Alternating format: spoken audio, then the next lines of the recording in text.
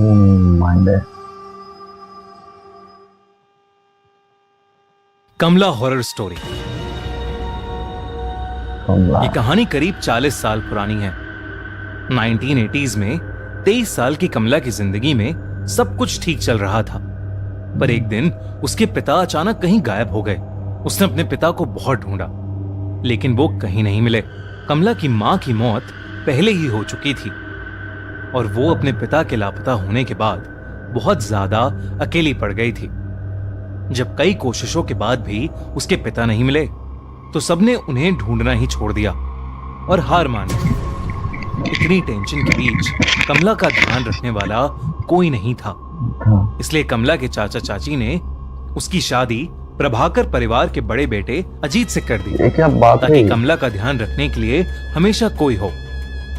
अजीत ने कमला को उसके मुश्किल समय में संभाला और वो थोड़ा बेहतर महसूस करने लगी। कमला अपने नए घर में अपनी नई जिंदगी से एडजस्ट करना सीख रही थी और धीरे धीरे खुश होने भी लगी थी।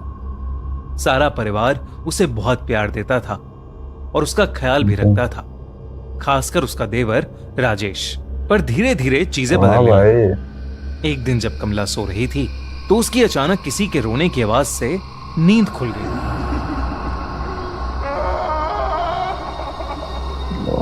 उसने अपने बगल में देखा तो अजीत अभी भी सो रहा था और कमरे में उन दोनों के अलावा और कोई नहीं था। उसे वो आवाज फिर से आई, लेकिन अभी भी उसे कोई नहीं दिख रहा था। उसने इसे अपना वहम समझा और चुपचाप वापस सो गई। लेकिन उस दिन के बाद से उसे लगभग हर वक्त वो रोने की आवाजें सुनाई देने लगी थीं। उसे ऐसा लगने लगा था कि ये आवाजें शायद उसके पिता की हैं, जो दर्द में चीख रहे हैं और उससे मदद मांग रहे हैं। कमला अब घबरा चुकी थी और उसने ये बात अजीत और रजनीश को बताई। दोनों ने ये उसका वहम समझा और उसे कहा कि शायद ये इसलिए हो रहा है क्योंकि वो अपने पिता को बहुत मिस कर रही है। धीरे धीरे कमला की तबीयत भी खराब रहने लगी। उसे हर वक्त गुस्सा आने लगा था। वो छोटी छोटी बातों पर चिढ़ जाती थी और अगर उसे कोई किसी भी चीज के लिए मना करता तो वो उसको जान से मारकर खाने की धमकी देने लगी थी। सबको लगा कि अपने पिता के खोने का दुख उसके दिमाग पर हावी हो रहा था, लेकिन इस सब के बीच कमला को वो आवाजें अभी भी आ रही थीं। एक दिन वो आवाज कमला को हवेली के एक पुराने कमरे से आ रही थी। वो जब उस कमरे में गई तो उसे वहां एक काली मूर्ति मिली। उस मूर्ति को देखते ही उसे एक अजीब सी बेचैनी महसूस हुई, लेकिन जैसे ही उसने मूर्ति को छुआ, उसे बेहद अजीब सा लगने लगा। उसे घुटन महसूस होने लगी और उसे सांस लेने में अचानक बहुत ज्यादा तकलीफ होने लगी। कमला ने घबराकर उस मूर्ति को वापस नीचे रख दिया। कमला को डर लग रहा था और वो कमरे से बाहर ही जा रही थी कि उसके पैर में कुछ भारी सी चीज आकर लगी। जब कमला ने ध्यान से देखा तो वहां एक इंसानी खोपड़ी, एक स्कल उसके पैरों में पड़ा था। तब कमला को देखा कि उस कमरे में कुछ और भी चीजें पड़ी हैं। उस कमरे में ढेर सारी इंसानी हड्डियां इधर उधर पड़ी थीं और हर जगह खून ही खून था। वो जब उस कमरे को और ध्यान से देखने लगी तो वहां उसे एक खत मिला। उसने खत उठाया और उसे पढ़ने लगी। खत में लिखा था कि वो मूर्ति श्रापित है और इसने उनके पुरखों को भी परेशान किया है। ये सब पढ़ते ही कमला को अपने पिता की चीख सुनाई दी और वो मूर्ति अपने आप जोरों से हिलने लगी। कमला को एक अजीब सा भारीपन महसूस होने लगा, जिसके बाद वो एकदम से बेहोश हो गई। कमला ने जब अपनी आंखें खोली तो वो अपने कमरे में ही थी और सब परिवार वालों ने उसे घेर रखा था। कमला उन्हें सब कुछ बताने लगी, लेकिन सबने उसको बताया कि उन्हें वो घर के ड्राइंग रूम में बेहोश पड़ी मिली थी और शायद ये उसका कोई बुरा सपना था। उन्होंने कमला को दवाई दी और उसे सुला दिया, पर उस रात कमला हमेशा हमेशा के लिए बदल गई। अजीत बाकी रातों की तरह डिनर के बाद वॉक करके कमरे में आया तो उसने देखा कि कमला बिस्तर पर नहीं, बल्कि कमरे के एक अंधेरे कोने में दीवार की तरफ मुंह करके जोर जोर से हंस रही है।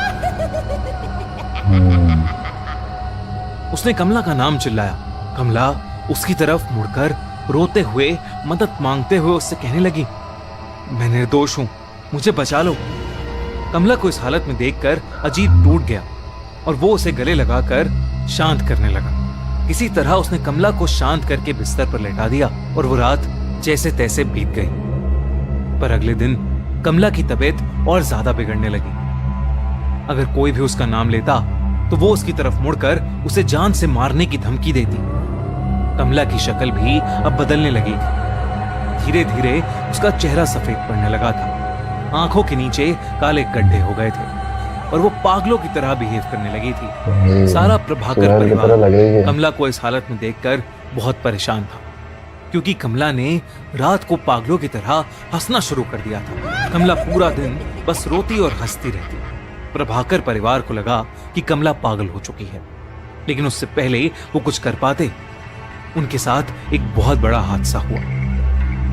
एक दिन शाम को कमला के ससुर अपने रूम में बैठकर चाय पी रहे थे, जब उन्हें एकदम से अपनी पीठ पर ऐसा महसूस हुआ कि जैसे उनकी पीठ में कोई नुकीली चीज घुसा दी। उन्होंने दर्द में जब मुड़कर देखा तो कमला वहां खड़ी पागलों की तरह हंस रही थी। कमला के हाथों के नाखून कमला के ससुर की पीठ के अंदर थे। कमला के ससुर ने जोर से चिल्लाया और सब कमला को कंट्रोल करके अंदर ले गए और उसे उसके कमरे में ले जाकर उसे बेड से बांध दिया। लेकिन देर रात अजीत ने देखा कि कमला बिस्तर में थी ही नहीं। उसने बाहर जाकर देखा तो कमला भागती हुई उसके ससुर के कमरे में घुस गई। अजीत कमला को पुकारता हुआ उनके कमरे में घुसा, पर इससे पहले वो कुछ कर पाता, कमला ने अपने ससुर को पकड़ लिया और बिना कुछ सोचे समझे उन्हें जानवरों की तरह मारकर उनके शरीर का मांस नोचने लगी और फिर उसे खाने लगी। पूरा घर चीखों और डर से गूंज उठा, लेकिन कोई भी कमला को रोक नहीं पा रहा था। अजीत और उसकी मां ने कमला को उनके पिता की लाश के साथ लॉक कर दिया। उन्हें कुछ समझ नहीं आ रहा था और अंदर कमला पागलों की तरह चिल्लाई जा रही थी। वो जोर जोर से चीख कर कह रही थी कि मैं सबको खा जाऊंगी।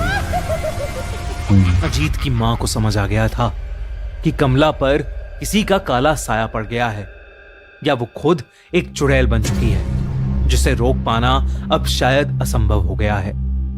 उस रात उनकी मां अपने दोनों बेटों को लेकर उस हवेली से निकल गई और अपने एक रिश्तेदार के घर चली गई। जब वो अपने रिश्तेदार के घर पहुंचे तो अजीत की मां ने उसे बताया कि कमला के साथ जो हो रहा है वो कोई इत्तेफाक नहीं, बल्कि काला जादू है, जो उनके घर के एक पूर्वज करते करते मर गए। उन्होंने अजीत को बताया कि उनके घर में एक शैतानी मूर्ति है जो शापित है और उसी शैतान का साया शायद कमला पर आ गया है और अब वो किसी को नहीं छोड़ेगी।